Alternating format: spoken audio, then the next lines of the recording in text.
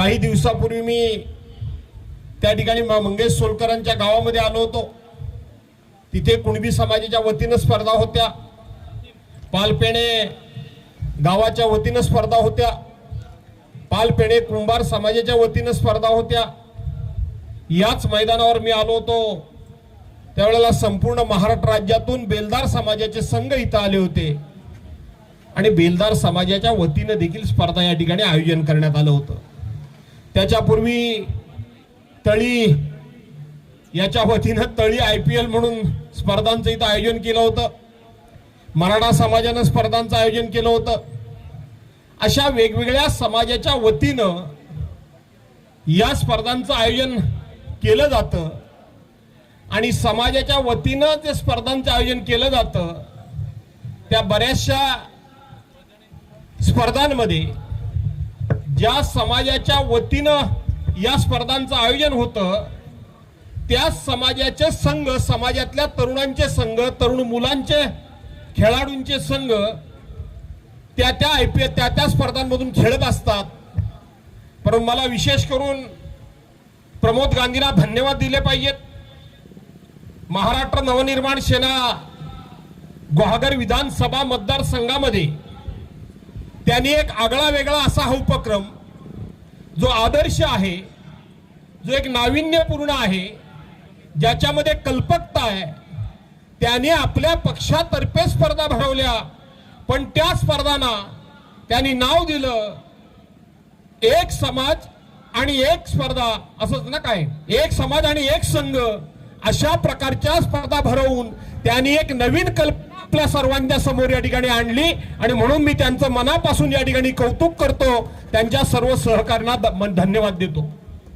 अशा प्रकारचे त्यांनी सगळ्या समाजांना म्हणजे 12 समाजातल्या 12 संघांना संधी दिली, पण त्याचबरोबर संपूर्ण मतदारसंघामध्ये कोणा एका विशिष्ट समाजाच्या स्पर्धा न भरवता त्यांनी या मैदानामध्ये सर्व समाजाला संधी उपलब्ध करून दिली।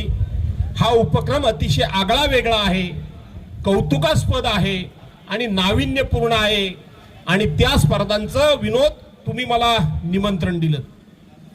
अशा प्रकारचं ज्या वेळेला एखादा नाविन्यपूर्ण उपक्रम असतो त्यावेळेला या मतदारसंघाचा लोकप्रतिनिधी म्हणून माझी जबाबदारी आहे, माझं कर्तव्य आहे की अशा प्रकारच्या उपक्रमाचं कौतुक करणं, तुम्हाला प्रोत्साहन देणं आणि चांगलं काम करता ते अधिक तुमच्याकडून हातून चांगलं व्हावं याकरता म्हणून तुम्हा सर्वांना वाटेल ती वेळेला प्रसंगी मदत करणं हे आपलं काम आहे आणि म्हणून मी तुमचं या ठिकाणी कौतुक करण्याकरता आलो, तुम्हाला शुभेच्छा देण्याकरता आलो। तुमच्या ह्या नाविन्यपूर्ण कल्पनेचं या ठिकाणी अनेकांनी अनुकरण करावं अशा प्रकारचं आव्हान करण्याकरता म्हणून मी या ठिकाणी आलो। बांधवांनो, भगिनीनो, आज आपण अशा पद्धतीनं की शेवटी तुम्ही आम्ही सगळी महाराष्ट्रातली म्हणा, आपल्या मतदारसंघातली म्हणा, जिल्ह्यातली म्हणा, ही मराठी माणसं आहोत आणि हे मराठी माणसं कुठल्याही जाती धर्मामध्ये विभागली असली तरी शेवटी आम्ही सगळे मराठी आहोत अशा भावनेने एका छत्राखाली तुम्ही सर्वांना आणलं, त्याबद्दल तुम्हाला मी पुन्हा एकदा मनापासून धन्यवाद देतो। धन्यवाद देत असताना खेळाडू अतिशय उत्तम प्रकारचा खेळ या ठिकाणी करतायत। आम्हालाही वाटतं दिवसभर इथं बसून राहावं आणि मला वाटतं आशिम हा स्टेज मला वाटतं आता परमनंटच करून टाकलेला आहात। ज्या वेळेला मी येतो त्यावेळेला या स्टेजवरच मला सुनील इथं आणलं जातं आणि हा स्टेज मला वाटतं कायमचा फक्त तुम्ही ठेवलेला आहे, फक्त पाठीमागचा बॅनर बदलायचं काम, बॅकड्रॉप जो आहे तो बदलायचं काम तुम्ही करता आणि म्हणून चांगली गोष्ट आहे। जे कोणी जागेचे मालक आहेत विजयराव, त्यांनाही धन्यवाद दिले पाहिजेत, ते हे मैदान या ठिकाणी उपलब्ध करून देतात। मला वाटतं ते मैदान कोणाचं आहे मला माहित नाही, अब्बासभाईंचं आहे, त्यांनी हे जर मैदान कायमचं खेळायला दिलं तर आपण या ठिकाणी उत्तम प्रकारचं एक स्टेडियम उभं करून टाकू, स्टेडियम उभं करू।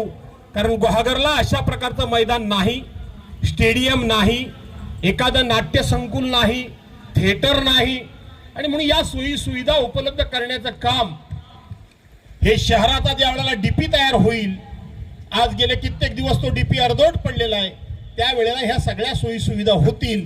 पण तोपर्यंत हे जर आबाजबाईंनी ग्राउंड जर आपण दिलं तर आपण निश्चितपणे याच्यावर एक चांगल्या प्रकारचा तालुका संकुल क्रीडा संकुल उभं करू आणि म्हणून पाहिजे तर अब्बासभाईचं नाव पण लावून टाकू आपण, काय अडचण नाही आपल्याला, ते नाव लावून टाकू.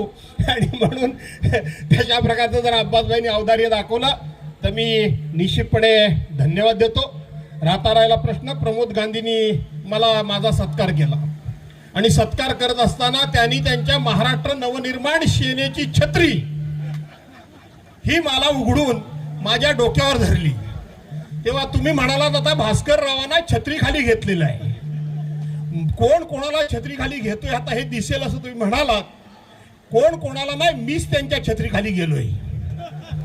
याचं कारण असं आहे की बाहेर रणरणत ऊन आहे, 42-44 डिग्री सेल्सिअस पर्यंत टेम्परेचर आहे, प्रचंड असा उकाडा होतोय. आणि आता मी निश्चिंत आहे कारण माझ्या डोक्यावर प्रमोद गांधींनी छत्री धरलेली आहे म्हणून मी त्या छत्री खाली गेलोय. त्यामुळं प्रमोद गांधींनी आता माझ्या डोक्यावर छत्री धरली असल्यामुळं मला चिंता राहिलेली नाही. प्रमोदजी, तुमच्या घराण्याचे माझे अनेक प्रकारचे संबंध आहेत. मी तुमच्याबद्दल ऐकून होतो पण मला वाटतं आपण प्रत्यक्ष कधी भेटलो नव्हतो. निवडणुकीमध्ये आपण एकमेकाच्या समोर होतो पण समोरासमोर कधी आलो नव्हतो. आज समोरासमोर राहिलं बाजूला तर कडेकडेला आलोय आणि तुम्ही छत्री माझ्या डोक्यावर घेतलेली असल्यामुळं आता मला उष्णतेची काळजी नाही, उन्हाची काळजी नाही, पावसाची काळजी नाही आणि कुठल्याही वारा वाटोळ्याची सुद्धा काळजी नाही. अमीश, बरोबर आहे ना?